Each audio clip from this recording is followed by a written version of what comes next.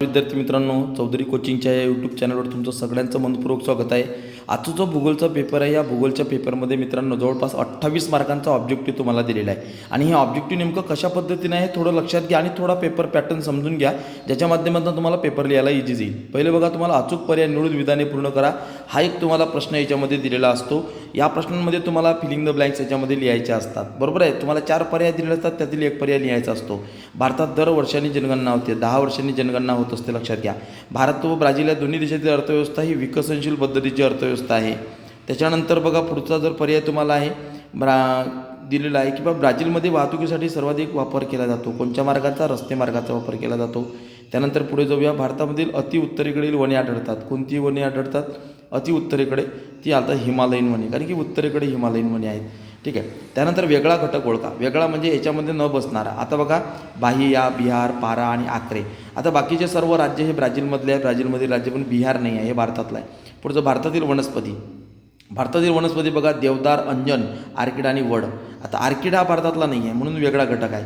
विरळ लोकसंख्या असलेले भारतातील राज्य, विरळ लोकसंख्या, कोणता असा भाग आहे जिथं अगदी विरळ लोकसंख्या आपल्याला आढळते, तो इथं भाग आपल्याला दिला।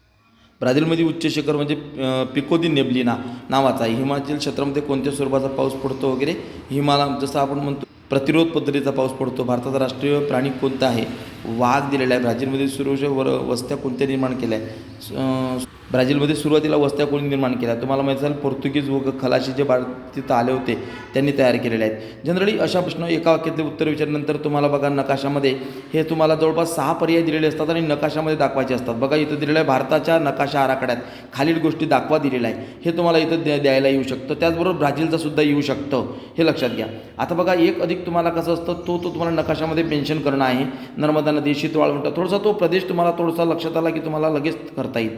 आता बघा, इथं तुम्हाला एक नकाशा दिलेला आहे आणि या नकाशावर खाली तुम्हाला प्रश्न दिलेले आहेत मित्रांनो।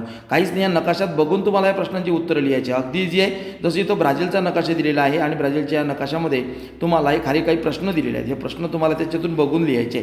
त्यानंतर पुढील फक्त भौगोलिक कारण, हा एक थोडा डिस्क्रिप्टिव्ह क्वेश्चन आहे। याच्यामध्ये 4 पैकी तुम्हाला फक्त 2च क्वेश्चन लिहायचे असतात मित्रांनो, आणि याच्यामध्ये तुम्हाला 2 याची उत्तरं सहज लिहिता येतील।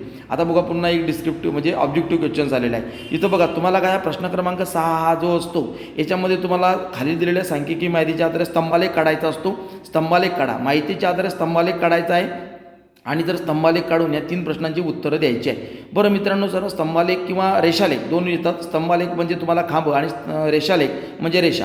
आता समजा जर हे नाही करता आलं तर आपण अगदी सोपं आहे, याला किंवा दिलेला आहे, वरचं करा नाही तर ऑलरेडी तुम्हाला एक डायग्राम दिलेली आहे आणि या डायग्रामवर तुम्हाला खाली प्रश्न विचारलेले असतात 6, ह्या 6 प्रश्नांची उत्तरं द्या असतात, तो प्रश्न असतो।